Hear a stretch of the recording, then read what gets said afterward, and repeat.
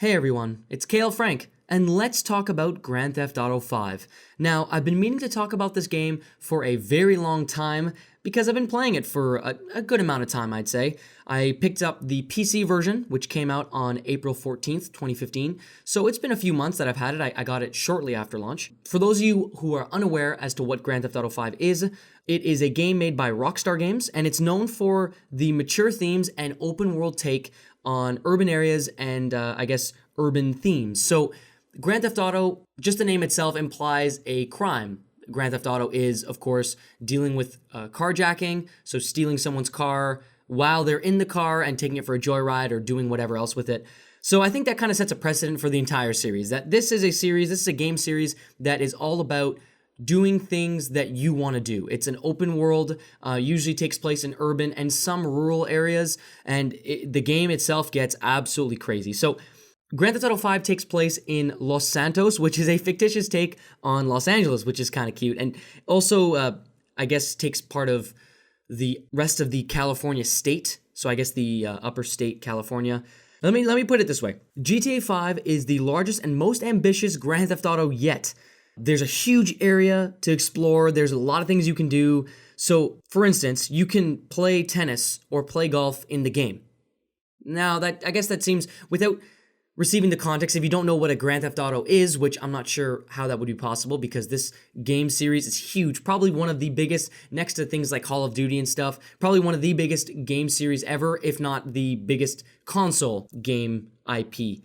So you can play tennis, you can play golf, you can do all sorts of things. You can go for joyrides in other people's cars, like the title suggests. You can go base jumping, fly planes, watch movies. You can do all sorts of stuff. And that's crazy. Just one thing I want to mention about this game, just talking about the game, is the scope of the game, you need to imagine that this game is a game where you can almost live an alternate life. So I've played most of the other Grand Theft Auto games, and I guess I want to talk a bit about what sets Grand Theft Auto 5 apart. Should you play GTA 5? Is GTA 5 any good? Well, I can say this. The mature themes have been kicked up a notch, I'd say. GTA 5 features the signature Ladies of the Night, plenty of over-the-top violence, all sorts of drug reference, some drug use. There's even an uncomfortable torture sequence that I wasn't a huge fan of. I mean, I understand the point they were making after the sequence was over, because one thing Rockstar likes to do with their games is make satire based off of the real world, or make social commentary, I guess, within their games. Because their games are so quirky, they're so huge, they're so over the top, they can make points that it might be difficult to make otherwise. But the game is certainly not for youngsters, nor the faint of heart. But I guess that begs the question, why is the game so popular? Well, I think the mature themes is one reason. I think the fact that people in their late teens, early 20s, maybe mid 20s can play this game and be like, yeah, I want to go and drink and drive because I can't do that in real life. I want to do that in the game, or whatever reason they, oh yeah, I want to play this game where I can like kill people, kill gangsters, and kill civilians and whatever. And I'm sure there's a decent demographic that likes the game for that reason. But there's a lot more to this game. I think, in short, the game is popular because it's so good. I think that's the main reason why people love it. I mean, you can almost do anything you want in the game. The game, there's a lot of customization. There's a robust online mode, which I'm going to get to in a minute. But I think the game is great. GTA 5 is great at giving you a sandbox to play in and then giving you the shovels and the buckets to enhance that experience. Like, they're going to give you the tools that you need, literally and less literally, the tools you need to have a good time. So I think GTA 5 broke some new ground by having 3 main characters that are all unique and provide different perspectives on, I guess, life and the story itself. So there are 3 characters, all of them are radically different. Again, I'm not going to talk too much about the specifics. I don't want to spoil anything or give anything away in case you haven't heard about this game or nor played it.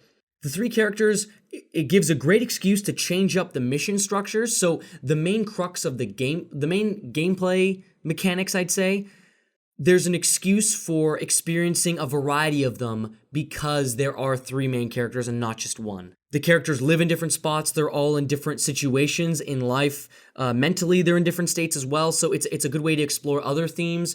It's a cool way to kind of take 3 stories and combine it into one. And the stories have plenty of overlap. The game itself is is crazy, I would say. It's absolutely crazy. And I think that alone gives the story to GTA 5 a lot of merit. It's a way of experiencing the life of a young adult trying to thrive in the world with an older gentleman who's kind of retired past his prime, and there's another gentleman who's a little he fell off the deep end. He's a little off the deep end.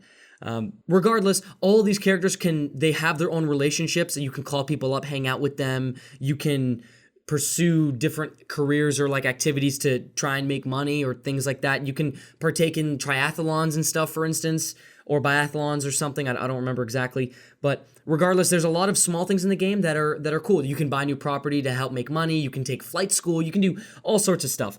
But the game definitely focuses on a couple main mechanics. One is driving. There's a lot of driving in this game, and there's a lot of driving missions, VIP missions, destroying enemy vehicles, evading vehicles, and there's a lot of shooting in this game. So there are ammunition stores, which are like gun stores all across the game. You buy weapons, you can find weapons, and you kill people. Like, oh, you're going to be attacked for XYZ reason, and you kill people. You're going to this area, you kill more people. So there's a lot of killing and a lot of driving in this game.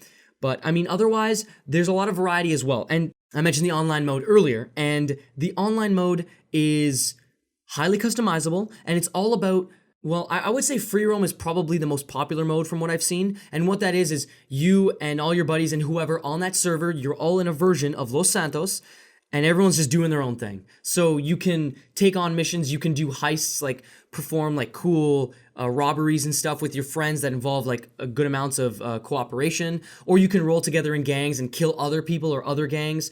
It reminds me of the free roam mode of Red Dead Redemption, but on steroids. That's how I feel about the online mode for GTA 5, and it's pretty awesome. You can hijack all sorts of vehicles, buy cool vehicles, buy new places to live, all sorts of stuff. I think the game is overlooked, if you can believe it. I think the game is overlooked by a lot of people who may write the game off as, oh, that game is just about drugs and killing and violence and other naughty things. And that's not true, but I can understand where they're coming from. Again, the game is not for the faint of heart. But if you can kind of get past that, or you can cope, or you understand the ramifications of these mature themes, then I think there's a really, really, really good game lying underneath. And I think that's important to note. A lot of people will play this game for various reasons. If no other reason, play this game because it's good. The game is very polished. The mechanics are great. The story is cool. The dialogue is great. Like, there's a lot of things in this game that are just wonderfully done. And the scope of it means that if you can only spend $60 on one game this year, or, well, I guess this year if you count the PC version, Grand Theft Auto 5 is probably the best bang for your buck. I honestly think GTA 5 is one of the best games to come out in the past few years. The scale is grand, the quality's top notch.